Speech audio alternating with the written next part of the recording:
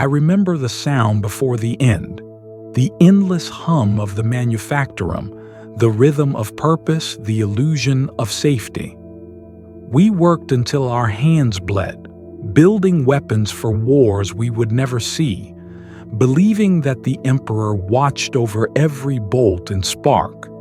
The air was thick with oil and faith, our lives measured in hours and quotas. I used to think the light of the furnaces was holy, a reflection of his divine will. But maybe it was only fire, burning everything we were in the ash long before the first bombardment fell. We didn't see the signs, didn't hear the silence beneath the noise. We told ourselves we were the Imperium's heart, that our labor kept humanity alive. But looking back now, I think we were just fuel, feeding a fire that never ends, a fire that was waiting to turn on us. The first light was beautiful, a line of gold across the clouds, like dawn breaking early. Then the sky tore open. The manufactorum towers split apart, as if the heavens themselves rejected us. Elira's hand trembled in mine as the air filled with falling metal and fire. The Vox spoke of victory, of faith, of holding strong, but all I could hear were screams buried under thunder. The Emperor's light, they called it, yet it scorched everything it touched. Ships fell like dying angels, and their shadows stretched across the city like wings of judgment. We didn't run. We just stood there, watching the end of the world painted in color and flame. For a moment, it was almost beautiful, until the wind carried the ash, and the smell of burning turned the air into memory. The deeper we went, the darker it became.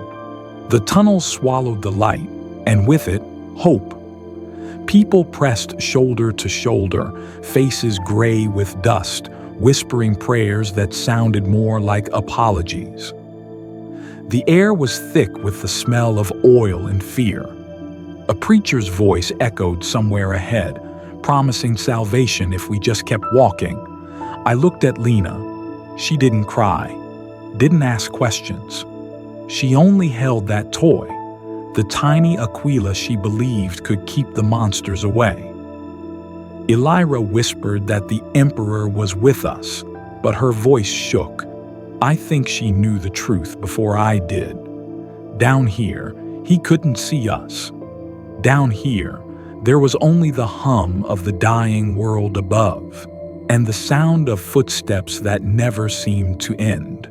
He stood above us like a prophet carved from fire. Father Dorn, they called him, the last voice of faith in the lower hive. He said the flames were proof of the Emperor's gaze, that we were being tested, purified by our suffering. His words were heavy, shaking with madness and glory. I wanted to believe him. I wanted to think there was reason in this chaos.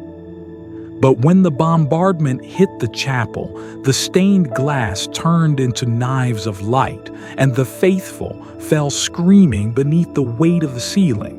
The preacher didn't stop. Even as smoke filled the air, his voice rose higher, calling for sacrifice, calling for faith. And in that moment, I saw something holy. Not in his words, but in his fear. He was just as lost as we were, only louder. The ground trembled like a living thing. The walls groaned and cracked as if the hive itself was dying. Somewhere below, something screamed, not human, not machine, something older than either. We pressed ourselves against the steel, the air choking us with dust. Elira whispered prayers between breaths, her voice shaking, trying to fill the silence between each explosion. I held her hand, held Lena close, but the shadows moved on their own. The Vox had gone dead, no orders, no guidance, just the low moan of wind through broken pipes. I realized then that even the soldiers had left us behind. The Emperor's light doesn't reach this deep. Down here, there's only the dark, and the sound of your own heartbeat waiting to stop. The guard came through the smoke like ghosts, their faces hidden, their rifles low. I ran toward them, shouting, begging for help. Sergeant Venn stopped. His eyes looked through me, not at me. "Orders from above," he said. "Civilians hold position." Hold position in a burning city under a collapsing sky. Elira pulled me back before I said something that would have gotten me shot. The soldiers moved past us, their boots sinking into ash. I remember the smell of promethium, the empty look in his eyes. The same emptiness I saw in mine reflected in his visor. Maybe that's what loyalty means here. To keep walking even when every step feels like betrayal. To serve something that doesn't see you at all. We found shelter in what was left of a workers' hall. The ceiling was gone, but the walls still held. We lit a fire from broken crates, the last warmth we'd feel that wasn't from something burning. Elira shared the last of our rations with Lena, whispering stories to keep her from noticing the taste. I watched the flame flicker in their eyes, thinking how small it looked against all that darkness. Hunger makes time slow. Every breath felt like a debt we couldn't pay. I told myself morning would come, that the sun would burn away the smoke. But even the fire seemed tired, as if it knew it wouldn't last the night. The silence between us said everything. There was nothing left to pray for. The walls came alive.